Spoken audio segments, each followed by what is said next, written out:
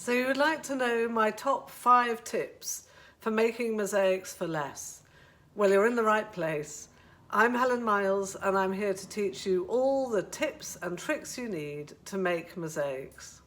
Okay, tip number 1, making mosaics for less. The obvious one is to use found and recycled materials. And when it comes to making mosaics, you can use pretty much anything as long as it's clean and dry. So I've got shells here. They're not the most exciting shells maybe in the world. But I get these big flat ones on the beach near me. And they're much bigger than this, and you can cut them down and make lovely tesserae. In fact, you know, they have these gorgeous lines on them. So all kinds of shells are fantastic. Oh, look, I've just seen, yeah. Just the details on them are wonderful. Then pebbles. Who doesn't love a beautiful pebble? Just things that you find when you're out on walks. There's endless lovely possibilities on the pebble front. Oops, that's a bit, I don't know what that is. Yeah, you just keep finding things. The more you look, the more you'll find. Shells. Oh, sorry, no, we've mentioned shells. No, pottery. So these are just gorgeous bits, which also come from the beach. So they get all kind of muted and worn and beautiful when they've been sort of worn by the sea. But of course, anything that you break at home, and this is a lovely mug, which is going to make something gorgeous. And all of us have broken pots at home. So lots of opportunities to do things with things like this.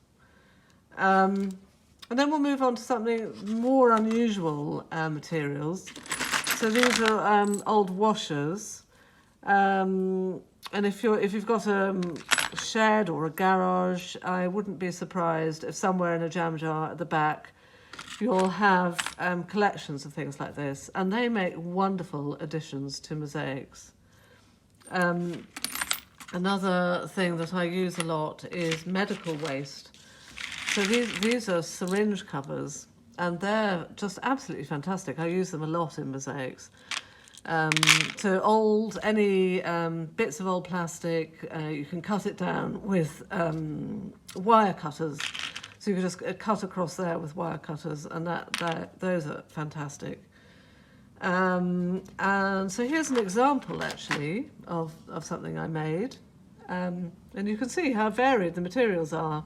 And when you put them together, it makes a coherent piece. So then here in the middle, you've got a plug, and then the rusty washers. There's some curtain hooks here, old crockery. And I mixed it all up with just bits of old marble and Winckelmann's unglazed ceramic, which I had lying around. So that's really, you know, it's fun, it's exciting to make things like this. I love it. And here's another example, and this is made on a styrofoam ball. And it's made mostly out of old pens. You know, those sort of pens that you find in the back of the drawer. They've gone all dry, they're completely useless. Well, they make fantastic additions to mosaics. So cut them again with the wire cutters. And you can see there's the tip of a pen there, and there's the innards, one of those little springs. Lots of pen tops that have been cut in half. And I've also put blister packs, you know, those packs that you get your paracetamol in, and little bits of plastic from the tops of things that you buy, and I've just cut them. So yes, lots of choices and chances to use things that are just lying around the house without spending any money at all. And here are just a few more ideas. I have used bits of twig, actually. You put them in the oven on a very, very low heat for a few hours, just to make sure all the moisture is gone.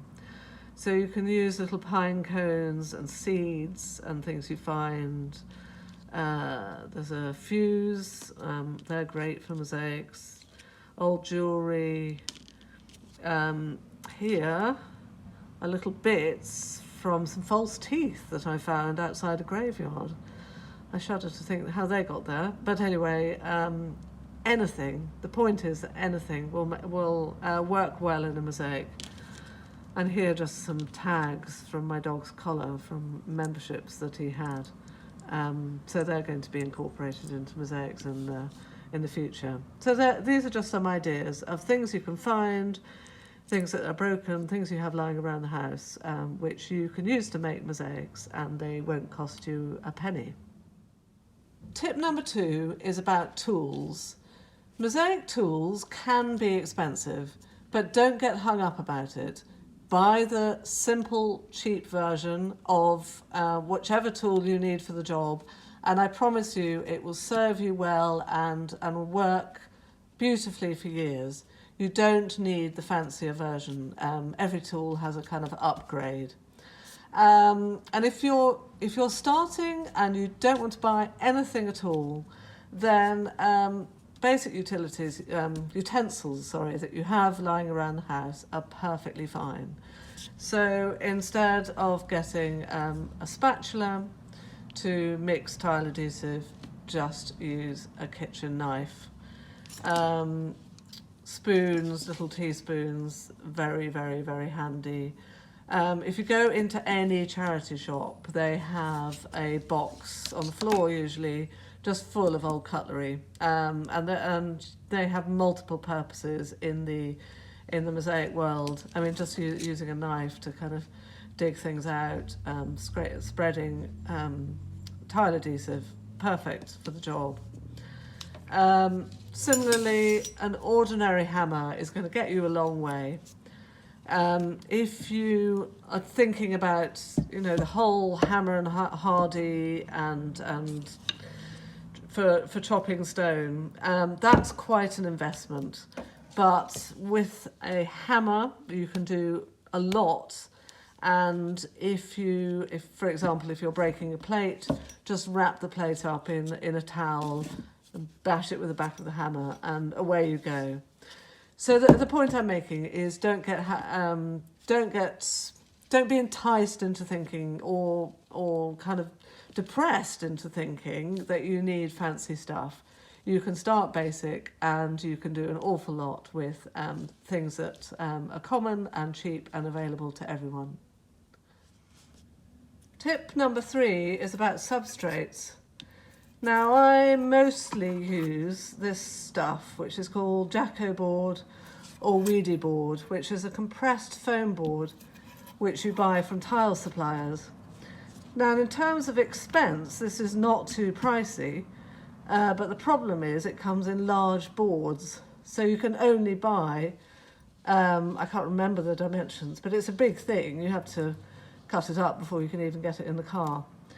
So it is a bit of an investment to get the whole sheet. But there are plenty of alternatives, and one of them is terracotta. These cheap terracotta saucers that you get at any flower, what do they call, nurseries. Just make sure that they're the frost-proof outdoor ones. Some of them can be a little bit flimsy. Another option, which is used by a lot of mosaic artists, is using roof tiles as a substrate. These are great substrates, obviously going to last forever, and you can often find them. You could approach a roofer, and he'll probably or she'll probably have some old ones that are not quite good enough to use on roofs, but are still perfectly brilliant for mosaics. So that's a great option, these slate roof tiles. And wood, of course, is an option. Again, can be pricey if you're buying it from a wood merchant. If you have spare little pieces lying around, then they're excellent. You do need to prepare the wood, and I've done a separate video about that, which I'll link in the description below. If you do use wood, just be a little bit careful. This is marine ply, which is, as suggested by the name, a very strong, resilient wood, and is fine for mosaics. Even so, I wouldn't put it outside for long periods of time. And don't think that anything will do when it comes to a substrate. So you can buy these little cutouts, plywood things, and they're just very, very thin. And I think people do make mosaics on them, but I wouldn't, because the wood is incredibly soft. So it's going to absorb the moisture from the tile adhesive or the thin set that you're using, and the wood will expand. So although you can be creative with substrates, still take care and use a substrate that you know is going to last. Tip number 4, use old tile adhesive to make new tesserae. So when you are finishing at the end of the day or finishing your project and you've got a little bit of tile adhesive left, then put it in a little mould. This is just a plastic pot, which is fine, and allow it to dry. And then you can just pop it out the next day, and you get these hard blocks of tile adhesive. This one's maybe a bit too thick. I quite like making it around 10-12 millimeters thick is great. And I've just added in a little bit of pigment there, and that's going to make me all kinds of interesting and fun tesserae. So that's another way to save money when you're making mosaics. And tip number 5 is let everyone know that you're making mosaics. And believe me, you'll be not maybe inundated, but you'll certainly receive lots of lovely things that you can use in your mosaics. I'm just slightly showing off with these because they are my best thing that I've received from someone who I didn't know. So these are from a man who is very interested in lapidary and is a member of the Edinburgh Lapidary Club. And he has lots and lots of offcuts, things that he doesn't use. So these are just beautiful, beautiful bits of stone. So there's agate and fossils and just loveliness. Anyway, they came to me simply because I knew, because he knew that I made mosaics and thought I might like them. I've received old collections of tesserae from people that have given up making mosaics. I've received lovely pots, really beautiful things that people have treasured, and they've been broken. So just spread the word, let everyone know what you're doing, and I'm sure you'll receive lots of lovely things too. So that's it. If you like this video and you'd like to see more, then please subscribe below.